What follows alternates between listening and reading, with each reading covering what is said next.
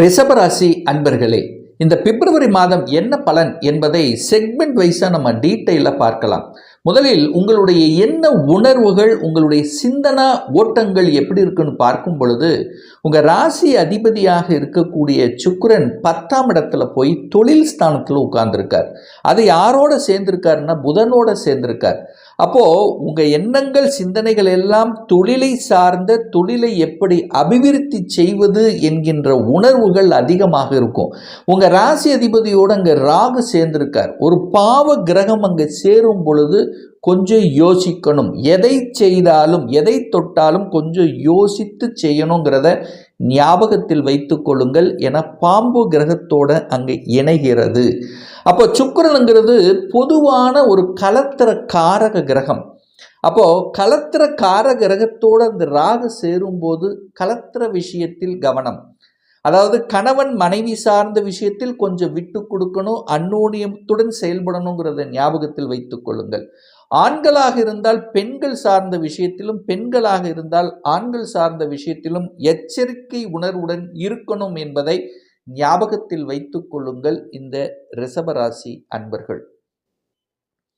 மற்றபடி உங்க ராசியை சனி பார்க்கிறார். கொஞ்சம் பிடிவாத தன்மை இருக்கும். ஆனாலும் சனிதான் இந்த ரிஷபராசி அன்பர்களுக்கு யோகத்தை தரக்கூடிய ஒரு கிரகம். அப்போ சனி பகவான் எங்கே பார்க்குறாரோ அங்கே எந்த பிரச்சனையாக இருந்தாலும் அதுக்கு ஒரு தீர்வு உண்டுங்கிறத ஞாபகத்தை வச்சுக்கலாம். உங்கள் மனசில் சில குழப்பங்கள், ஒரு தெளிவு இல்லை, ஒரு கன்ஃபியூஷன் இருக்குது அப்படின்னா இப்போ அது தீர்வு கிடைக்கும் அப்படிங்கிறத ஞாபகத்தில் வச்சுக்கோங்க.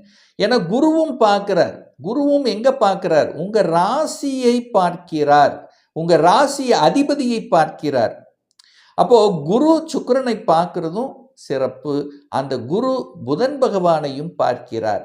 அப்போ 2ஆம் இடத்தில் அமர்ந்து கொண்டு அந்த குரு பகவான் தனது பாக்கிய பார்வையாக 10ஆம் இடத்தை பார்க்கிறார். அப்போ தொழில் ரீதியில் பண வரவு என்பது திருப்திகரமாக இருக்கும் இந்த ரிஷபராசி என்பர்களுக்கு. அப்போ பொருளாதாரத்தில் ஏற்றத்தை கொடுக்கக்கூடிய அமைப்புங்கிறது சிறப்பு இருக்கு. நீங்கள் தொழில் எந்த தொழிலாக இருந்தாலும் சரி, வியாபாரமாக இருந்தாலும் சரி, அல்லது கூட்டு தொழிலாக இருந்தாலும் சரி, அல்லது எதை நீங்கள் நிர்வகித்து செயல்படுத்தி கொண்டிருக்கிறீர்களோ அதை சார்ந்த விஷயத்தில் உங்கள் எண்ண உணர்வு அதிகமாக இருக்கும். அதற்குண்டான ஒரு ஸ்ட்ராட்டஜி பிளானை வகுக்கக்கூடிய தன்மை, ஏன், எதற்கு, எப்படி என்று கேள்வி கேட்டு ஏன் இதற்கு குறை என்பதை, அந்த குறைகளை கண்டுபிடித்து அதற்கு நிவாரணம் கொடுக்கக்கூடிய அமைப்புங்கிறது இந்த மாதம் பிப்ரவரி மாதம் சூப்பராக இருக்குது இந்த ரிஷபத்துக்கு. அப்போது அந்த தொழில் ரீதியில் சில மாற்றங்களை செய்வீர்கள் அப்படின்னு அர்த்தம். ஒரு பிளான் போடுவீங்க, அந்த பிளான் பிரகாரம் எக்ஸிக்யூட் பண்ணக்கூடிய அமைப்பு இருக்குது. வருமானம் நல்லா வரல, ஏன் வரல, எதனால் வரல, எதற்கு காரணம் என்கின்ற அந்த காரணத்தை கண்டுபிடித்து செயல்படுத்தக்கூடிய தன்மை சிறப்பு பெறுகிறது இந்த ரிஷபராசி அன்பர்களுக்கு. அப்போ பொருளாதாரத்தில் எந்த குறை இல்லை. குடும்பம் சார்ந்த விஷயத்திலும் நல்லவைகள் நடக்கக்கூடிய அமைப்புகள் இதெல்லாம் சூப்பர். 2ஆம் இடமும் நல்லா இருக்க போகுதுன்னு அர்த்தம். 3ஆம் இடத்துல பாருங்க, முயற்சி ஸ்தானம், தைரிய வீரியத்தை கொடுக்கக்கூடிய 3ஆம் இடத்தில் சந்திரன். இந்த மாத தொடக்கத்திலே சந்திரன் ஆட்சி பலத்தோடு இருக்குது. அப்போ தைரியத்தோடும் வீரியத்தோடும் தன்னம்பிக்கையோடும் செயல்படக்கூடிய ஒரு நல்ல மாதம் இந்த ரிஷபராசி என்பர்கள் அப்படின்னு எடுத்துக்கலாம். சார், வீடு, வண்டி, வாகனங்கள் இதெல்லாம் வாங்கலாமா சார்? இதற்கு ஏதாவது ஒரு தடை ஏற்படுத்தி விடுமா அப்படின்னா, செவ்வாய் 9ஆம் இடத்துல தான் இருக்கார், பாக்கியஸ்தானத்தில் இருக்கார், சுக்கிரன் 10ல் இருக்கார். அப்போது பாக்கியஸ்தானத்தில் இருக்கக்கூடிய செவ்வாய் பகவான் நிலத்தையும் இடத்தையும் உங்களுக்கு வாங்க வச்சு ஒரு பாக்கியத்தை கொடுக்கக்கூடிய அமைப்பு பிரகாசமாக இருக்கிறது. இதில் எந்த மாற்று கருத்து இல்லை.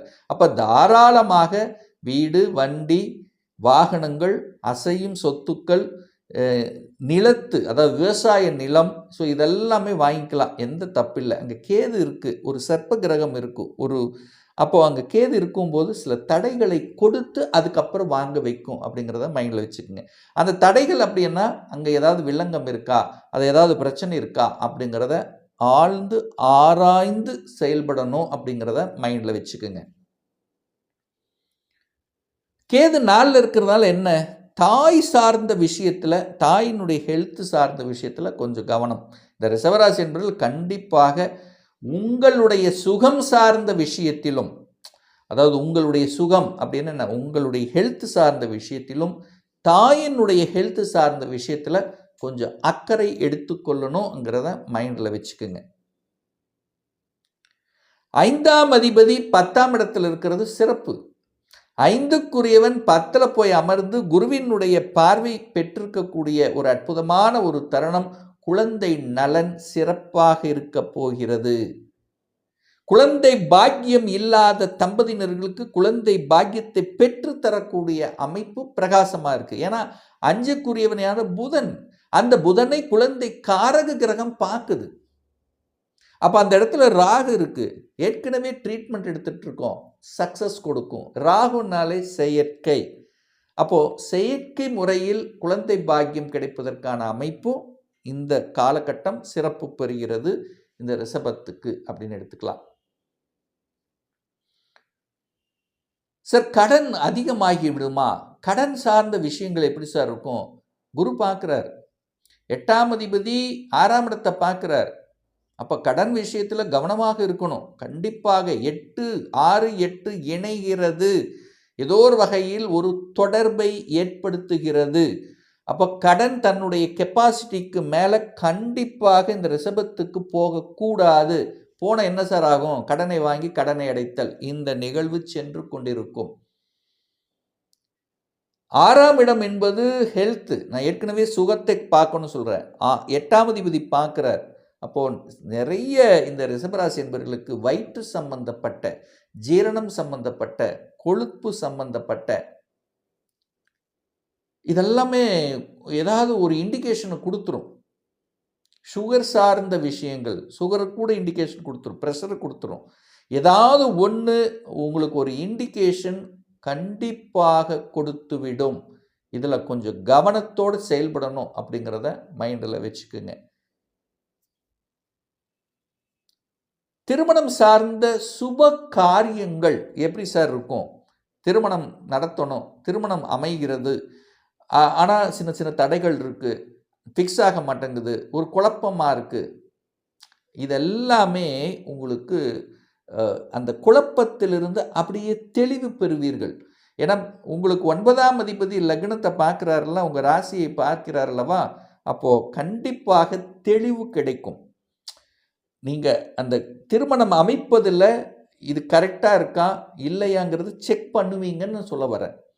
சில தடைகளை கொடுத்தாலும் அதை செக் பண்ணி கரெக்ட் பண்ணக்கூடிய அமைப்பு இருக்குது. ஏன்னா 7ஆம் அதிபதி 9ஆம் இடத்துல பாக்யாதிபதி என்கின்ற அமைப்பில் உச்ச பலத்தோடு உட்கார்ந்துருக்கார். ஸோ 7க்குரியவன் 9ல் உச்ச பலம், வலிமையாக இருக்கிறது. 7, 9 கனெக்டிவிட்டி கொடுக்கிறது. அப்போ என்ன, நிச்சயமாக திருமண பாக்கியத்தை கொடுக்கும். அதில் மாற்று கருத்து என்பது இல்லை.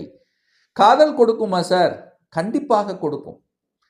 ஏன்னா 5ஆம் அதிபதியும் 5ஆம் அதிபதியான புதன் போய் 10ல் அமர்ந்து கொண்டு அங்கே சுக்கிரனோடு சேர்ந்திருக்கார். காதல் காரகனோடு சேர்ந்திருக்கு. அப்போ காதலையும் கொடுக்கும்.